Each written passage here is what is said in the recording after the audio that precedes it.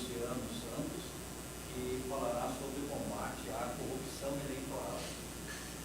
No momento muito oportuno, porque nós estamos iniciando um processo eleitoral com as eleições, né, para a República, para o Senado, para a Câmara Federal, também para a Assembleia Legislativa. E também nós temos na pauta do país o tema da corrupção eleitoral.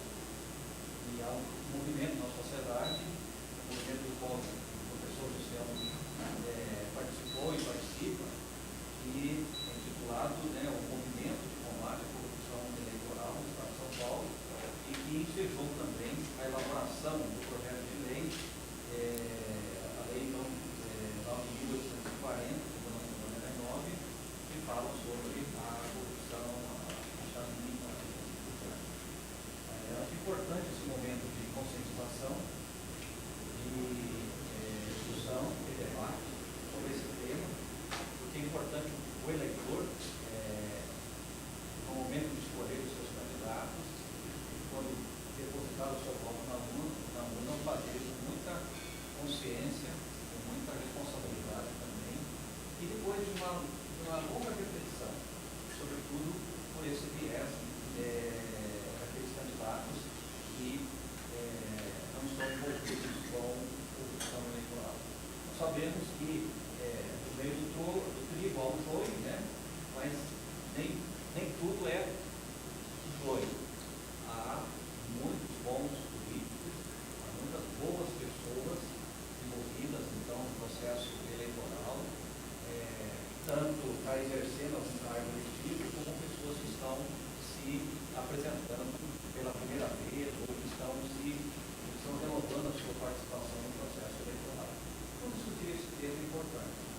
Então, para nós, o professor Luciano Santos, que é um prazer, uma alegria, eu acredito que nós vamos passar aqui bons momentos de reflexão, de debate, né? Depois da palestra, nós temos um momento para essa reflexão e para esse debate. Então, vamos falar do professor Luciano, que pode até falar mais do movimento, né? De combate à corrupção, e depois de fazer a sua palestra, para o nosso evento.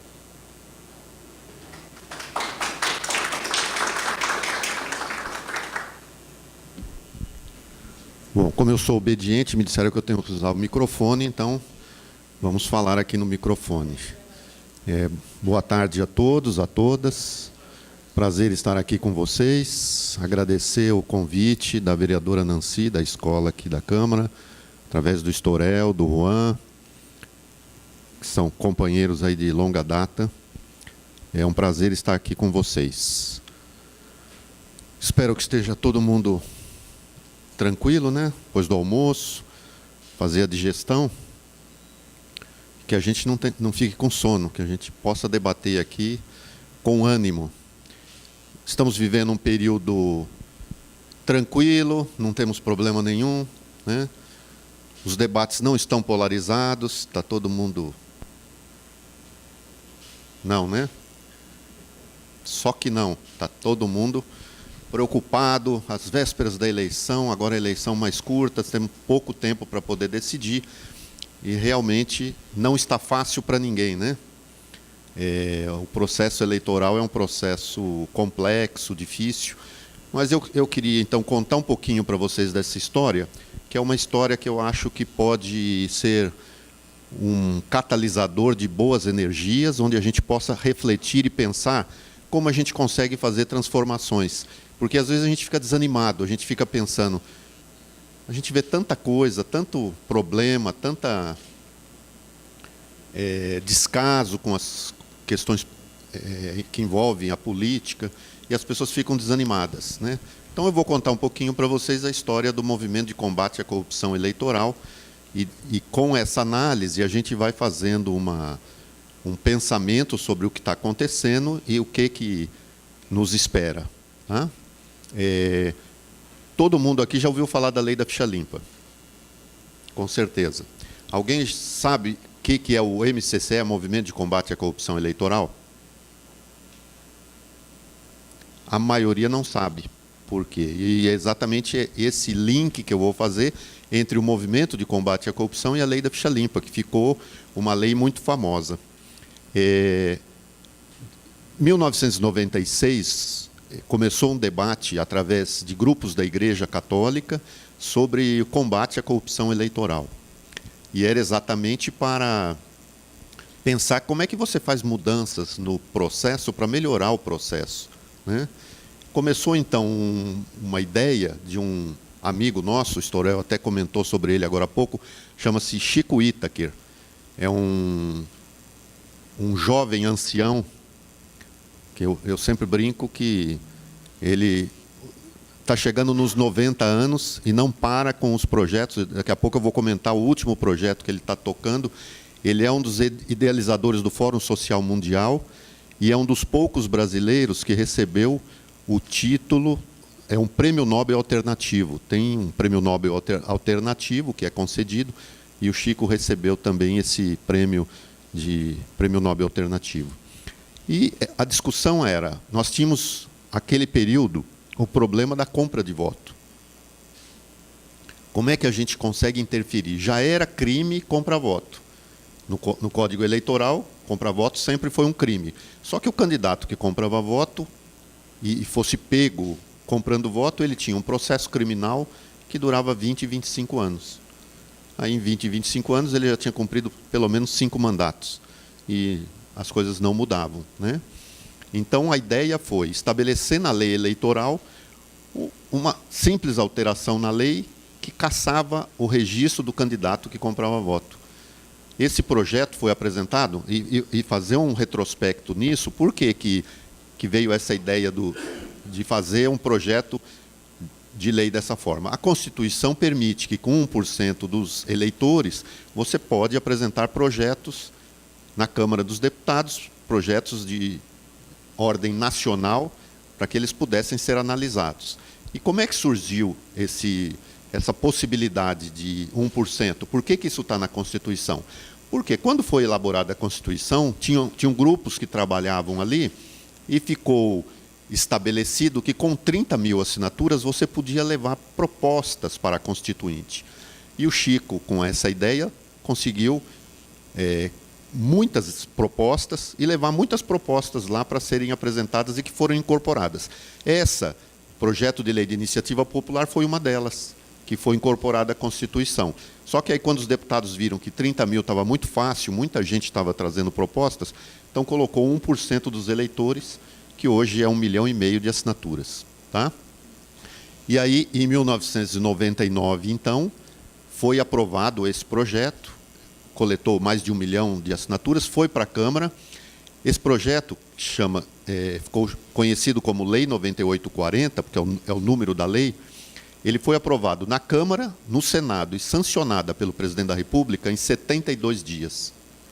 Quem conhece, e muita gente aqui conhece, a tramitação legislativa, é um tempo recorde, especialmente Câmara e Senado, né? E talvez os deputados e senadores não tinham se dado conta da complexidade da lei e o alcance que ela teria. Essa lei foi aplicada pela primeira vez no ano de 2000. E de 2000 até hoje, milhares de candidatos já foram cassados pela compra de votos.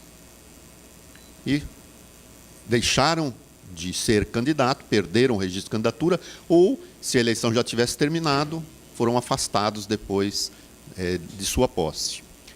Com isso, tinha um problema. A lei aprovada, você tinha que fazer com que a lei fosse efetivamente aplicada, né? Ou seja, tinha que fazer a denúncia de compra de voto. E é mais ou menos como você ter prova de tráfico.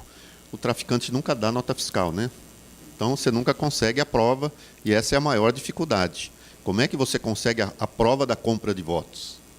Então, para que isso tivesse efetividade, foram criados os comitês 9840, espalhados pelo Brasil inteiro, num trabalho junto com OAB, CNBB e diversas outras organizações. O MCCE hoje tem 67 organizações, dentre elas a JUF, que é a Associação dos Juízes Federais, a AMB, a Associação dos Magistrados do Brasil, CONAMP, que é do Ministério Público, os órgãos de classe, OAB, Confeia, que é engenharia, enfermagem, contabilistas, então várias organizações nesse sentido, e com isso se formou comitês espalhado pelo Brasil, exatamente para receber as denúncias e levar essa denúncia ao Ministério Público. Porque no processo eleitoral, o cidadão não pode representar diretamente.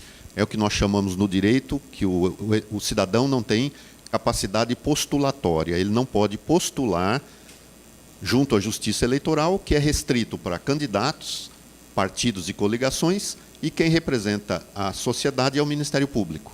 Então, esses comitês recebem as denúncias e levam para o Ministério Público para que o Ministério Público possa fazer as representações, né?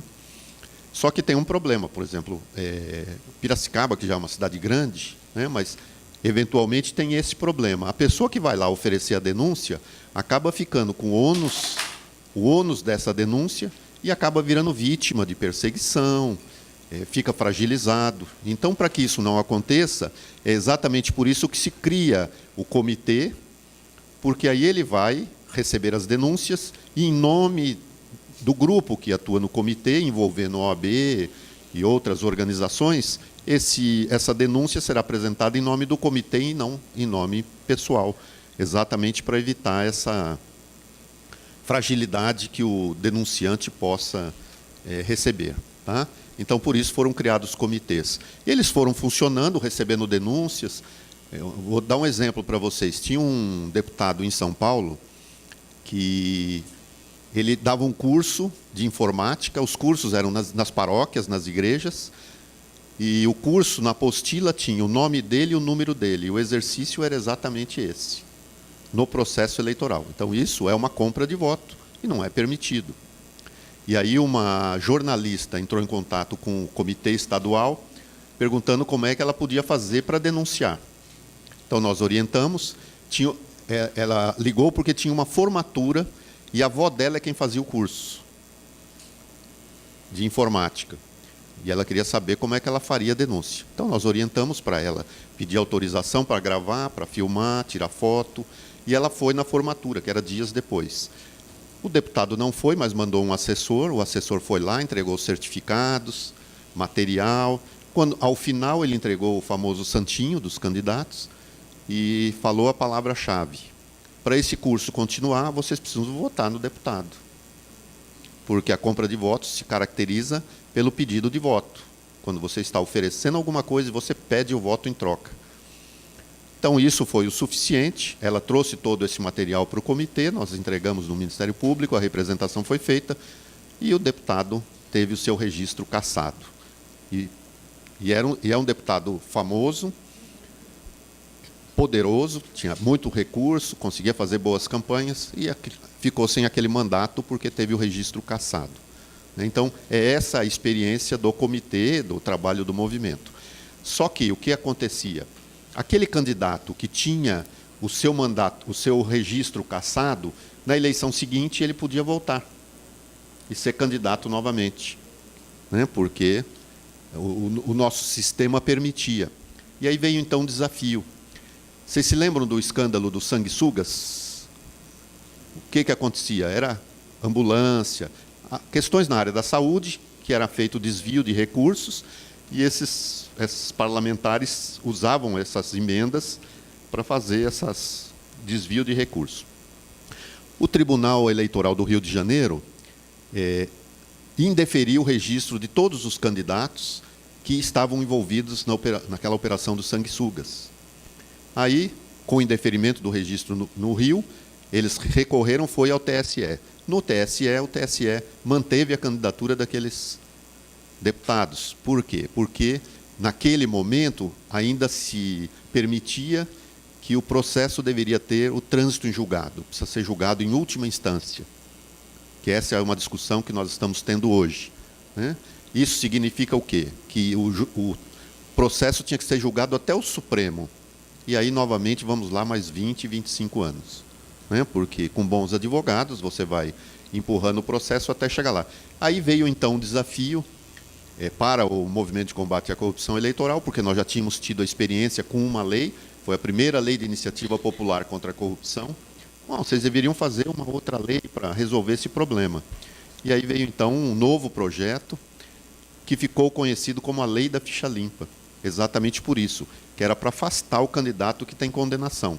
Então, aquele candidato que comprou voto e teve o registro cassado, ele fica inelegível por pelo menos mais 8 anos. Ele é afastado. Isso é chamado inelegibilidade, que já existia, né? Por exemplo, o prefeito da cidade, se na próxima eleição ele quiser que a mulher dele seja candidata, ele não pode. Ela não cometeu nenhum crime, supostamente, né? Não cometeu nenhum crime, mas não pode ser candidata porque é a mulher do prefeito. Então, a lei das inelegibilidades, ela tem algumas vedações. Então, você não pode, algumas pessoas não podem ser candidatos, em algumas situações, por exemplo, o estrangeiro não pode ser candidato, né? Tem algumas limitações, mesmo que a pessoa não tenha cometido nenhum crime. A lei da ficha limpa veio exatamente nessa linha da inelegibilidade, afastar o candidato que tem condenações. E as pessoas diziam, mas fulano tem tantas condenações e continua sendo candidato, né? Às vezes demora para uma pessoa ter uma condenação. Um exemplo típico é do Maluf, que só agora, depois dos 80 anos, né, é que efetivamente teve uma condenação. E todo mundo sempre soube tudo aquilo que tinha acontecido, né? Então, nesse princípio de proteção à sociedade, era afastar o candidato que tem condenações, e aí nós levamos um projeto com condenação em primeira instância, e houve uma negociação no parlamento para que ficasse para a segunda instância. Ou seja, ele seria condenado em Piracicaba, ele faz um recurso, vai para o Tribunal de Justiça em São Paulo. Se o Tribunal de Justiça, que é um órgão colegiado, mantiver essa decisão, ele está impedido de participar do processo eleitoral pelo menos por 8 anos. Se ele for deputado, ele fica 8 anos, mais o tempo que ele tem de mandato a cumprir. Tá? Então, essa é a situação. A lei, então, houve um debate muito grande na sociedade, essa lei foi para a Câmara teve um processo também difícil, não é fácil aprovar uma lei dessa, né, porque é cortar a própria carne, né, o deputado tem que aprovar uma... Tinha gente que dizia, Dom Dimas, que era da CNBB naquela época, ele dizia assim que tinha um deputado que tinha falado, é mais fácil um boi voar do que essa lei ser aprovada. E depois que ele dizia, e o boi voou, né? Então, realmente não é fácil, mas ali existia uma conjuntura de cobrança, de pressão da sociedade, e aí conseguiu-se aprovar a lei da ficha limpa. Teve um outro debate intenso sobre a constitucionalidade da lei, se a lei podia ser aplicada na primeira eleição. Isso foi 2009, 2010, foi apresentado em 2009, aprovado em 2010. A discussão se valia em 2010 ou não, o Supremo entendeu que exigia a anterioridade de 1 ano, ficou para 2012, a outra eleição, e no debate constitucional, o Supremo entendeu que a lei era sim constitucional, e isso já está pacificado. Se vocês lembrarem, nesse debate no Supremo foi quando nós começamos a assistir às sessões do Supremo. Ficou empatado 5-5, só tinham 10 ministros, faltava um, e aí isso teve uma comoção muito grande, e aí nós começamos a assistir às sessões do Supremo. De lá para cá, a gente conhece mais os membros do Supremo do que os jogadores da seleção, né? A gente adquiriu o hábito de assistir às sessões do Supremo e acompanhar os debates que acontecem naquela corte judicial. Não foi fácil, foi um debate intenso, difícil, mas a lei começou a ser aplicada, então, em 2012. Só no primeiro ano de 2012, primeira eleição, mais de 1.000 candidatos foram impedidos de participar do processo eleitoral porque tinham condenações da lei da ficha limpa. E até hoje a lei ainda tem inimigos, né? De vez em quando a gente vê algumas declarações contra a lei. Tem um ministro do Supremo que é categoricamente contra a lei, que é o ministro Gilmar Mendes, mas a gente não se preocupa muito, porque o Gilmar Mendes, eu acho que ele não anda com muita credibilidade, né? Acho que ele não está muito bem avaliado pela sociedade como um todo, né? É o ministro que solta todos os bandidos, então é melhor que ele fale mal da gente, para a gente continuar tendo uma situação mais favorável. Mas eu tenho dito, e a imprensa sempre pergunta muito sobre isso, eu digo que a lei da ficha limpa, ela não tem defeitos, ela tem inimigos. E a tendência é cada vez mais ela ter mais inimigos. Porque do momento em que os políticos vão sendo condenados, vai aumentando o número de inimigos, porque tem mais gente contra, né? E isso está acontecendo hoje, e é um outro debate nacional sobre a situação da aplicação da lei, né? E aí, alguns diziam que a lei foi feita para esse, né? O Gilmar Mendes dizia que a lei era para o Zé Roberto Arruda, de Brasília, que foi um governador que foi cassado e que depois tentou colocar mulher como candidata. Outros diziam que a lei era para o Maluf, aqui em São Paulo, e a gente sempre disse que a lei não é para nenhuma pessoa específica. A lei serve para todo mundo, porque todo mundo tem que cumprir o mesmo princípio, né? É o princípio da moralidade que tem que estar em todos os candidatos. E aí a gente precisa também ter uma atenção, porque com isso, às vezes, a gente fica querendo transformar a política em algo nefasto, diabólico, né? E a gente sabe que não é isso, né? Já foi comentado aqui na abertura de que você tem exceções, né? Você tem políticos que efetivamente merecem crédito, e agora nós temos eleição e temos que ter essa perspectiva de escolher candidatos que têm qualidade para ser representante, né? Então, não é fazer com que a política seja uma coisa diabólica. Não, é nós trabalharmos para que a gente possa qualificar melhor os nossos representantes, né? Eu acho que o que ficou marcado na população brasileira, especialmente sobre o Congresso, foi o dia da votação do impeachment. Porque a gente normalmente vê o Congresso, você vê quem fala no Congresso são o alto clero, né?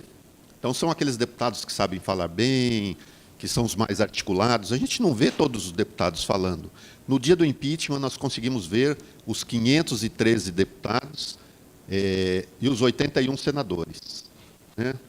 Os deputados, assistindo os deputados, a gente pôde ver a qualidade dos representantes que nós temos, né? Quando eles iam votar e falavam pela minha família, por Deus, e cada um usou, era como se fosse um circo, né? E aí a gente viu a qualidade do nosso parlamento.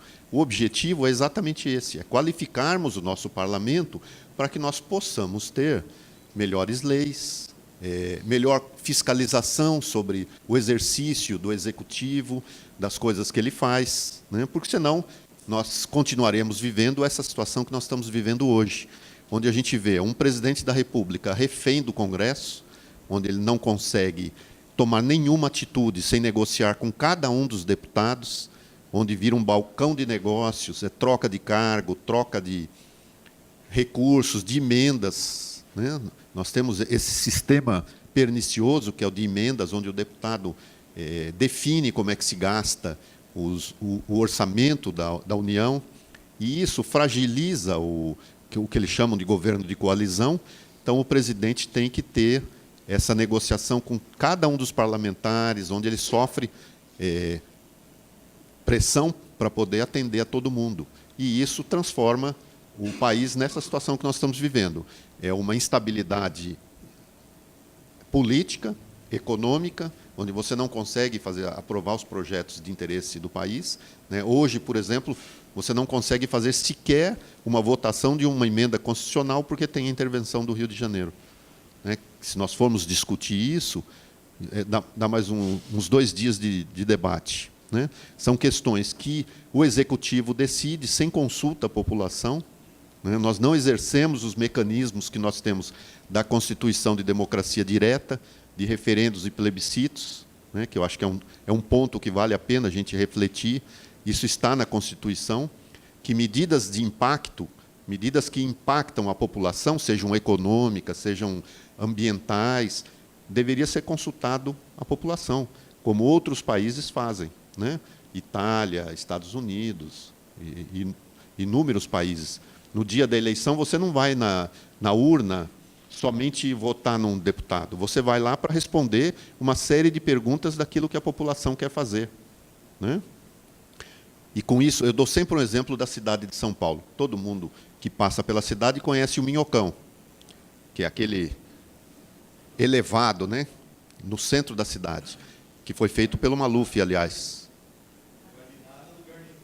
Na época tinha um objetivo, é que a empresa do Maluf era no fim do elevado. Aí o Catex terminava ali, então levava a algum lugar. Né? Esse foi o traçado original, era exatamente por isso. E tem uma grande discussão se derruba ou se mantém. Quem que tem que decidir isso? É o prefeito? São os 52 vereadores? Ou seria melhor fazer uma consulta para a população, fazer um plebiscito, e a população vai lá e decide o que quer. O chefe do executivo inteligente faria isso, porque ele divide a responsabilidade. Ele não precisa tomar uma decisão de uma coisa tão complexa que recairia... A probabilidade dele errar já começa com 50%. Né? 50% de erro ou de acerto, porque como é que você vai... E como é que você atende a população no interesse, na vontade da população? É muito mais do que o certo e o errado. Né? Qual é o interesse da população? Por exemplo, a Inglaterra agora decidiu que queria sair da Comunidade Europeia. É o melhor para a Inglaterra? O tempo é que vai dizer, mas é aquilo que a população queria naquele momento. Né? Então, esses mecanismos eles não são utilizados, embora estejam na Constituição, porque os parlamentares têm que passar pelo Parlamento, precisa ser aprovado pelo Parlamento. Então, todas essas questões são questões importantes, e isso mostra como é importante nós escolhermos bem o nosso representante, né? Seja na Câmara de Vereadores, seja na Assembleia ou na Câmara dos Deputados e no Senado. E escolher um bom parlamentar leva algumas reflexões para a gente evitar aquilo que nós vimos no dia do impeachment, ter representantes que efetivamente a gente se envergonha de ter. Né? Então, por isso tudo, esses projetos de iniciativa popular têm esse objetivo. E é interessante destacar também que as duas leis, tanto a Lei 9840 como a Lei da Ficha Limpa, elas tinham um objetivo específico, óbvio, um contra a compra de votos e o outro afastar o candidato que tinha condenações, mas tinha de fundo pedagógico exatamente demonstrar que quando a sociedade se mobiliza, a gente consegue fazer transformação.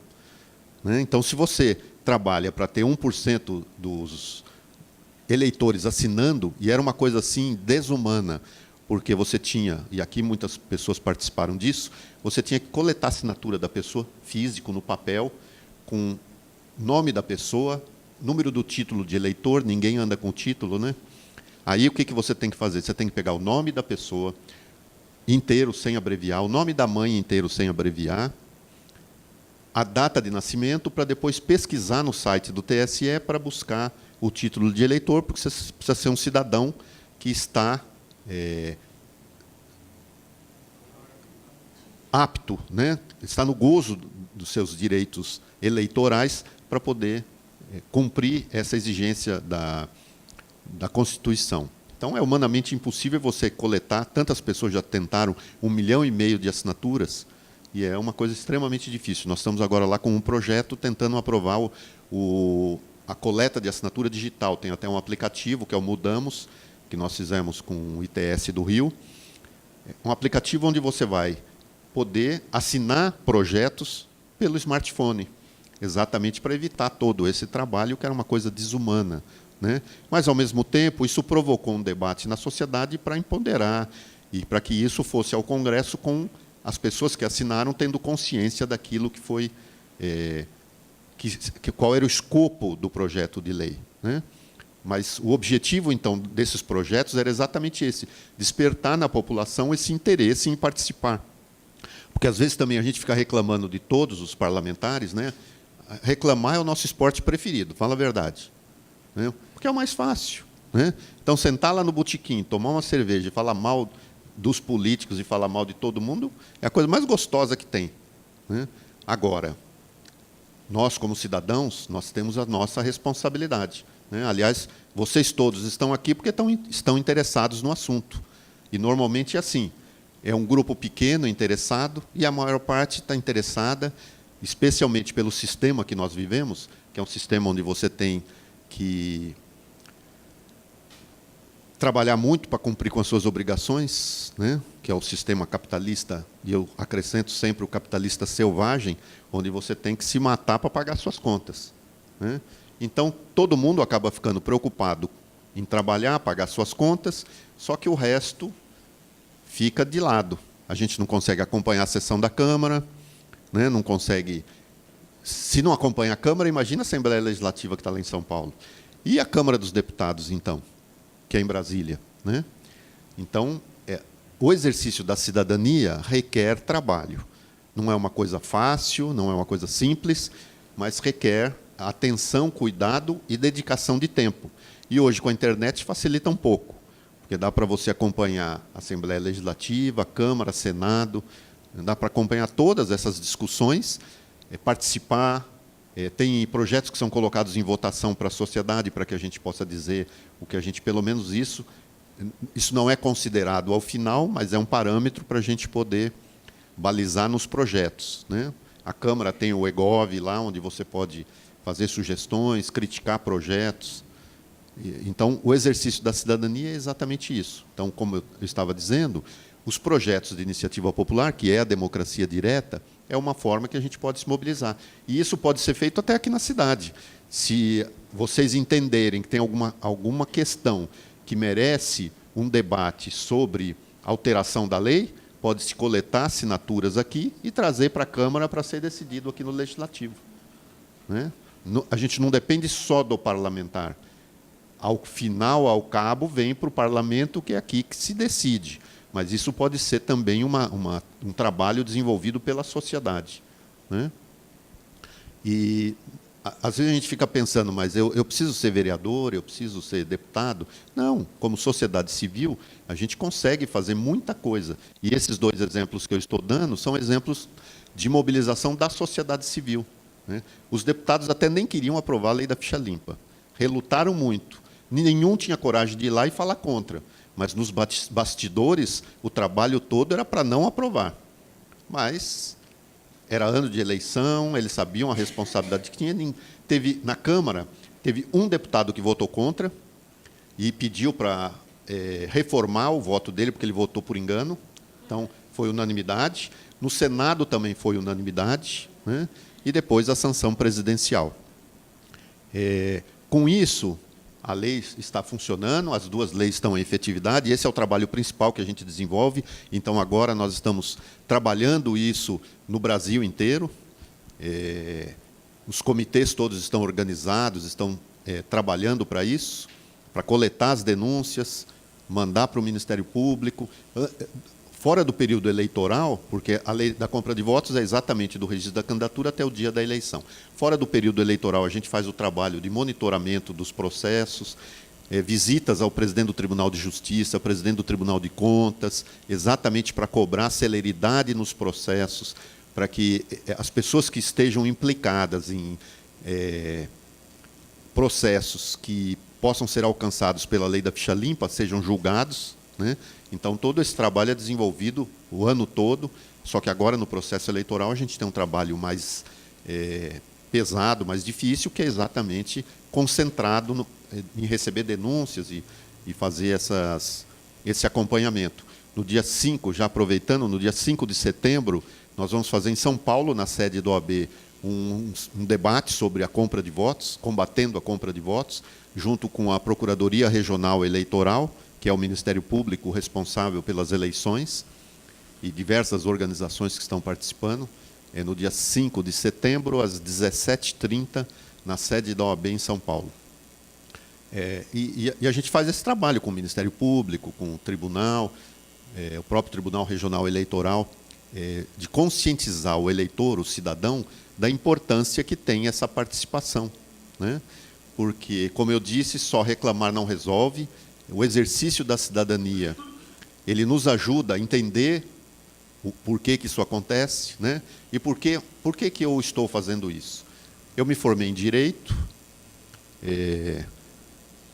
sempre entendi que nós, como cidadãos, precisamos dar uma colaboração, e eu brinco até que eu hoje sou marajá português. Por quê? Eu tenho 5 empregos e nenhum salário, que é exatamente o contrário do que a gente vê hoje, né? Eu hoje sou diretor do Movimento de Combate à Corrupção Eleitoral, a sede é em Brasília, então amanhã estou indo para Brasília, fico lá terça, quarta e quinta.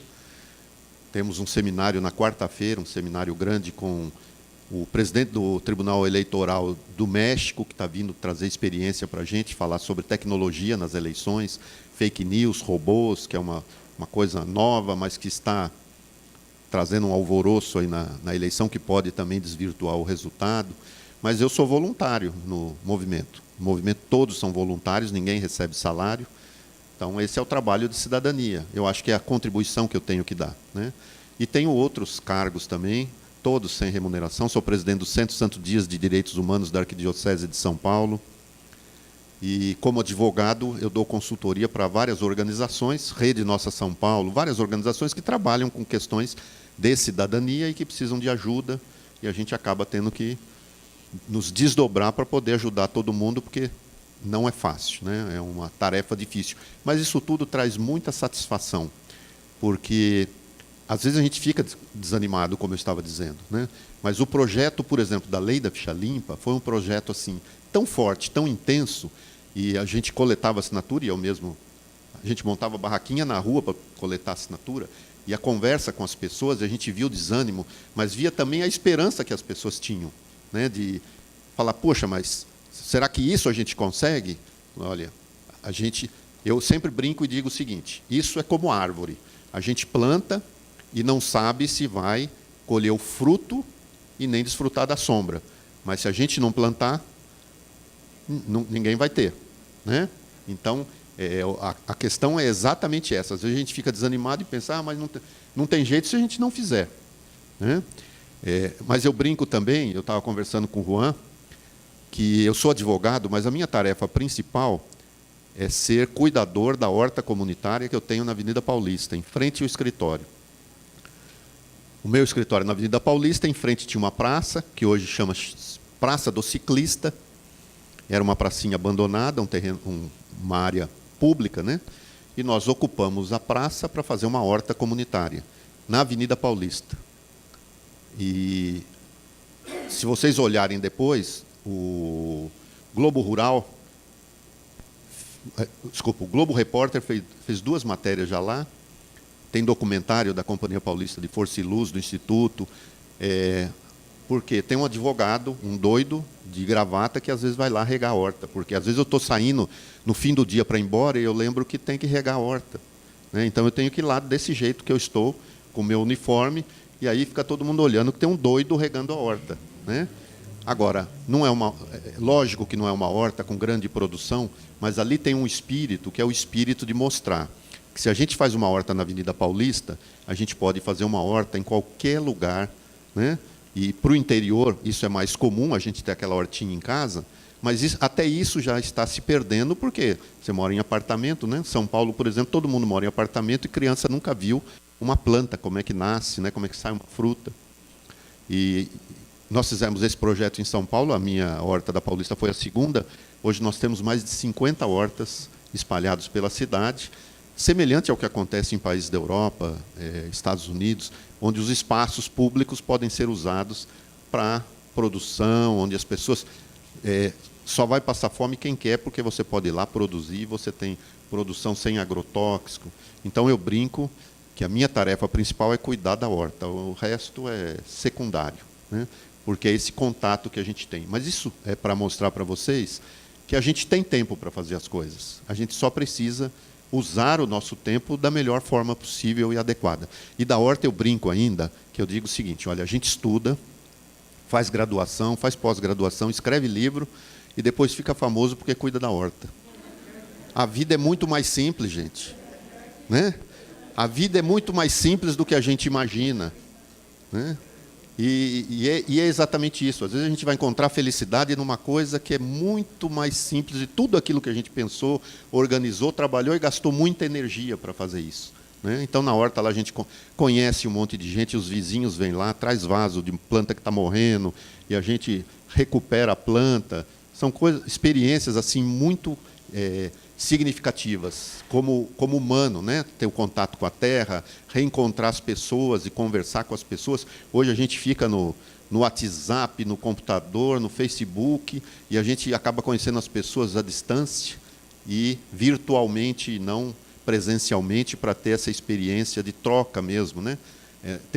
Se vocês olharem no Facebook, tem um grupo que é esse grupo que chama Hortelões Urbanos, e está no Brasil inteiro, é um grupo muito grande, que troca a experiência de fazer horta em casa, de ter essa atividade. Isso tudo é para exemplificar como a gente pode atuar como cidadão.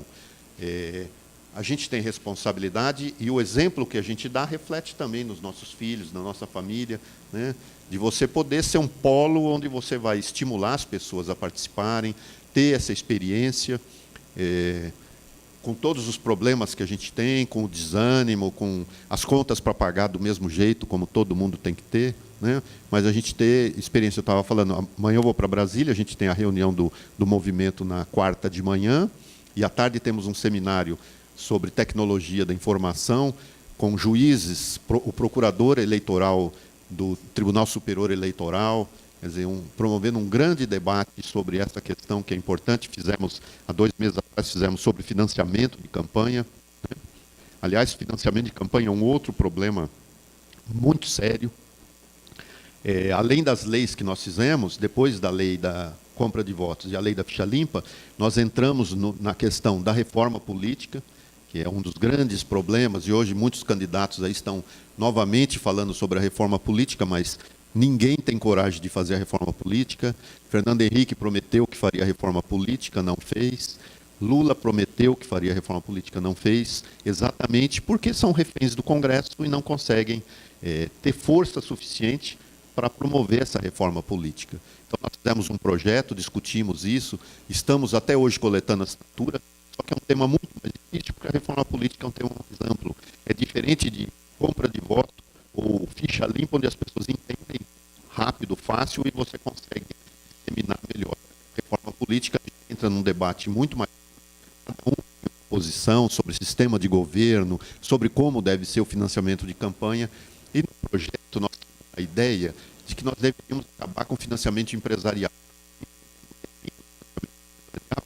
Onde iniciava o processo de corrupção, né? As empresas compram o mandato, né, seja do governador, do presidente, dos parlamentares, que ficam depois obrigados a dar alguma coisa de volta, né? E quando a gente fala de empresas, são todas as empresas. Por exemplo, na eleição geral, 60 empresas doaram 95% do financiamento. Então, é um grupo pequeno de empresas que tem uma relação muito forte com o poder público, são as construtoras, sistema financeiro. Uma que se destacou foi a JBS, e nós tínhamos tanta razão que depois ficou evidenciado na Operação Lava Jato quem é que financiou toda essa bandalheira, de Caixa 2, né? E nós conseguimos junto com um assistente, então afastou o financiamento empresarial. E hoje não é permitido que as empresas façam o financiamento, né? Não é o melhor caminho, porque aí é o judiciário tomando o lugar dos parlamentares, mas havia uma omissão muito forte do parlamento em relação a isso. Então isso acaba ocorrendo, essa distorção, mas afastamos o financiamento empresarial. E hoje nós temos uma situação, ano passado foi aprovada uma mini reforma política que regulamentou o financiamento público no processo eleitoral. Nós já tínhamos o fundo eleitoral partidário e agora temos o fundo eleitoral de campanha, onde os candidatos poderão usar dinheiro público para fazer campanha. Que, nosso entendimento, ele acaba sendo está um pouco distorcido porque ele não tem contrapartidas. O partido não tem que distribuir para todos os candidatos, ele não tem que justificar onde ele vai gastar o dinheiro.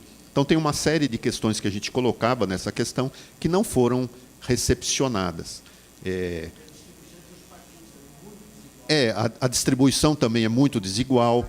Então, todas essas questões nós tínhamos colocado de uma forma onde os candidatos receberiam de uma forma mais adequada, de forma mais equânime, onde as pessoas poderiam receber esses recursos e disputar a eleição. A desigualdade é muito grande ainda. Hoje, o presidente do partido, com esse dinheiro, ele pode escolher para quem ele dá o dinheiro. né? E aí, de uma certa forma, ele está escolhendo quem vai ganhar a eleição, porque é o que tem mais recursos, como é também o tempo de televisão, né? Então, isso para demonstrar que, muitas vezes, a gente pode conseguir alterar uma lei, ou a gente pode conseguir de uma outra forma, através do judiciário, né? Conselho Nacional, CNJ, Conselho Nacional de Justiça, tem várias formas. Quando, por exemplo, as organizações não encontram condições de enfrentar um problema, vão buscar o Ministério Público. Então, tem várias formas de nós buscarmos auxílio e caminhos para resolver os problemas. Mas, em resumo, o que é mais importante é que a gente precisa ter atuação. As coisas não mudam de só, né?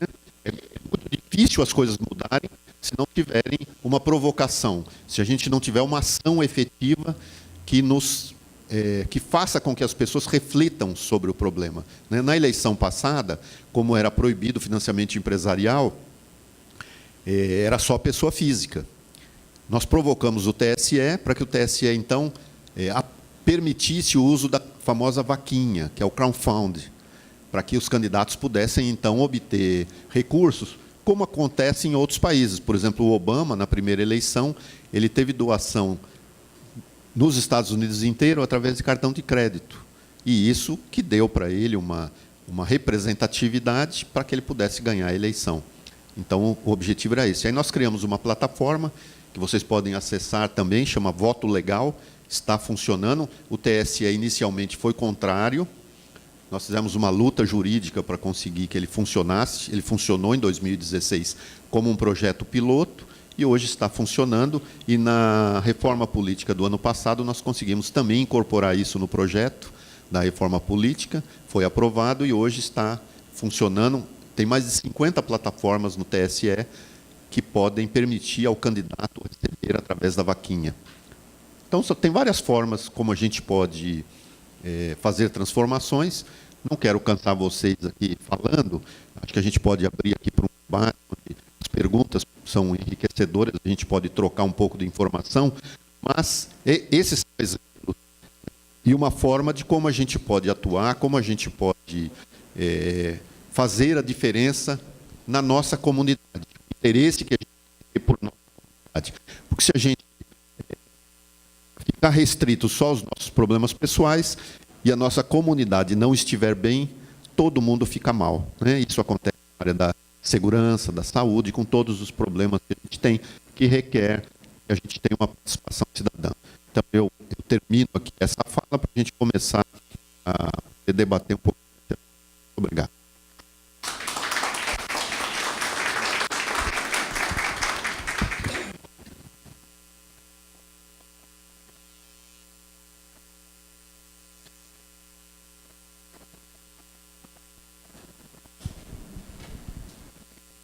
Bom, nós vamos iniciar aqui o segundo momento, o Dr. Luciano, e uma ideia é um diálogo, também de debate. O pedido que nós faríamos é que, como esse tema transcende a partidos políticos, que nós não nos referenciássemos em partidos políticos, mas sim na problemática ou no grande tema que nós temos, que é o combate à corrupção eleitoral. E sabendo também que, quando se fala em corrupção eleitoral, nós temos que lembrar dos eleitores, que acabam sendo também corruptíveis. Ou seja, essa equação de uma pessoa no exercício de um cargo político corrupto ou com tendências corruptíveis, encontra também eleitores corruptíveis. E por isso, então, um Estado, uma situação que nos leva a ter movimentos de combate à corrupção. Por isso é importante a conscientização, porque o desconhecimento favorece o político corrupto, mas favorece também o eleitor corruptível. Então, é importante a conscientização, o conhecimento, para nós construirmos um processo eleitoral ético, seguro, e termos pessoas da sociedade, cidadãos, cidadãs, exercendo cargos políticos com compromisso com a cidadania, com compromisso com os direitos humanos. Então, podemos iniciar. É importante falar no microfone, porque isso está sendo gravado, né? Então, eu vou passando o microfone aí. Quem é primeiro? Nós vamos fazer assim, 3 reações, ou 3 falas, e depois, então, o professor Luciano, doutor Luciano, retoma, né, para comentar o que for abordado.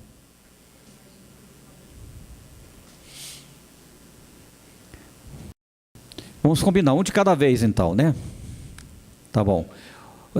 Estorel?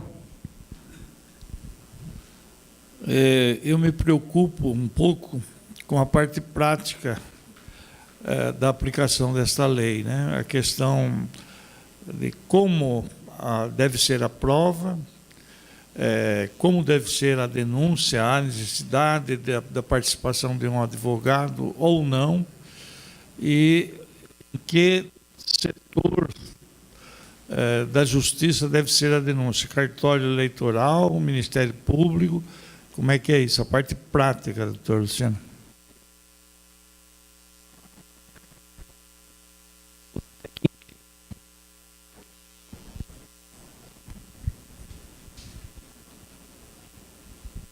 Boa tarde a todos. Eu fiquei muito contente com a sua palestra, doutor Luciano. Eu tenho que admitir que eu sou um cara que ama muito ler. E eu gosto de ler bastante, principalmente matérias como filosofia, economia, direito, astronomia e principalmente política. Eu tenho 3 partes que eu gostaria de fazer, se o senhor me permite, tá? Eu li o livro publicado pelo Dr. Marlon Reis, nobre deputado. Para quem não leu, vou dar um panorama básico, que ele entrevistou vários deputados e senadores, explicando basicamente como é que funciona o sistema podre da política. Basicamente, o TCU não fiscaliza nenhum contrato abaixo de R$300 mil. 300 ou 500 mil, coisa assim. Então, eu pergunto, não seria uma proposta lógica aparelhar o TCU, expandir os braços e os ramos do TCU? Essa seria uma parte que eu gostaria de ouvir uma explanação sua.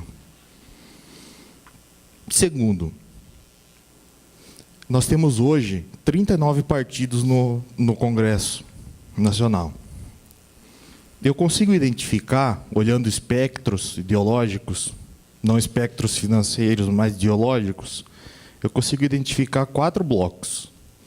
Espectros de direita, espectros de centro-direita, espectros de centro-esquerda e espectros de esquerda. Quem deveria propor essa reforma política para ficarmos só com esses 4 blocos, conseguindo aí um próximo presidente ou um sistema presidencialista com o primeiro-ministro para conseguir ter um mínimo de governabilidade? E chegamos à terceira pergunta. Nessa, eu admito que eu sou um constitucionalista e adoro estudar a Constituição. Não passei na OAB ainda, acho que por problema psicológico, porque eu, nas 4 provas que fiz, fiquei por apenas 1 ponto. Na nossa Constituição, vou fazer um panorama geral para todos aqui, ela é semi-rígida. Eu consigo identificar aqui uma cláusula pétrea no artigo 5º. Nenhuma pessoa pode ser julgada até o trânsito de julgado. Nenhuma pessoa pode ser considerada culpada até o trânsito de julgado. Aí eu vejo um conflito com a lei da ficha limpa. Por quê? Porque ela prevê a condena, ela prevê o afastamento, e estou deixando a ideologia de lado para analisar somente o aspecto técnico. Eu vejo um conflito com a lei da ficha limpa quando ela prevê o afastamento dos direitos políticos com da condenação da pessoa em segunda instância. Gostaria que o senhor explanasse isso para mim, por gentileza. Desculpe se fui muito extenso nos questionamentos.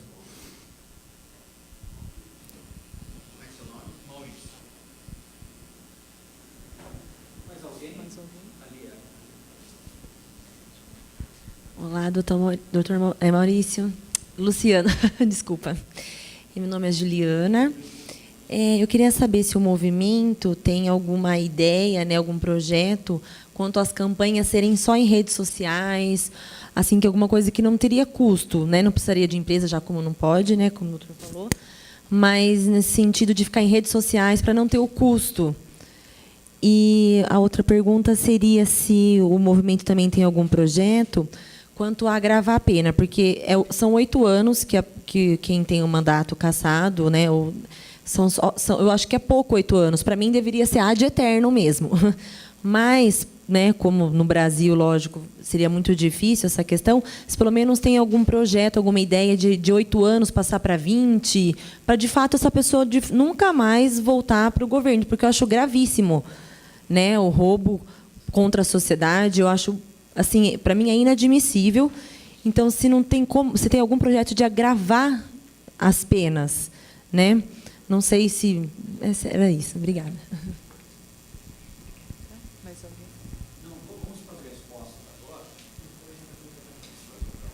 Depois a gente faz outra rodada, tá? Olha só como os pensamentos são diferentes, né? Mas eu vou começar do começo para facilitar. E é bom quando tem mais cabeça pensando, porque a gente não esquece das coisas. Então, você comentou sobre a questão do eleitor, né? Eu não mencionei isso, mas muitas vezes a gente culpa todo mundo, né? Então, o político é culpado, quem pratica a corrupção, e a gente esquece que isso só acontece porque o eleitor permite, né? Tanto é assim que o lema do movimento é: voto não tem preço, tem consequência. Então, o eleitor que troca o voto por cesta básica, por material de construção, pela conta de luz, pela conta de água, ele está pensando no seu interesse pessoal e não no da sua comunidade, né? Então, realmente, a compra de votos só acontece porque tem quem vende. E vender também é crime. Assim como comprar é crime, vender também é crime. Então, é importante que a gente destaque isso. O eleitor que vende o voto sofre um processo também e pode ficar inelegível, tem lá punição para isso, embora normalmente a gente é muito mais condescendente pelo estado de miserabilidade, por essa situação todas, né? E cito alguns exemplos. Por exemplo, em Jussiape, na Bahia, tive uma eleitora que ganhou uma caixa d'água. Depois o prefeito descobriu que ela não tinha votado nele, foi lá e arrancou a caixa d'água. E por isso ele foi cassado, né? Então, tem essas situações e por isso que a gente sempre destaca a importância que tem o eleitor dele também não praticar, não vender o voto, né? Porque o ciclo não se fecha se a gente tiver esse comportamento. Por isso que a gente trabalha na conscientização de que voto não tem preço, tem consequência.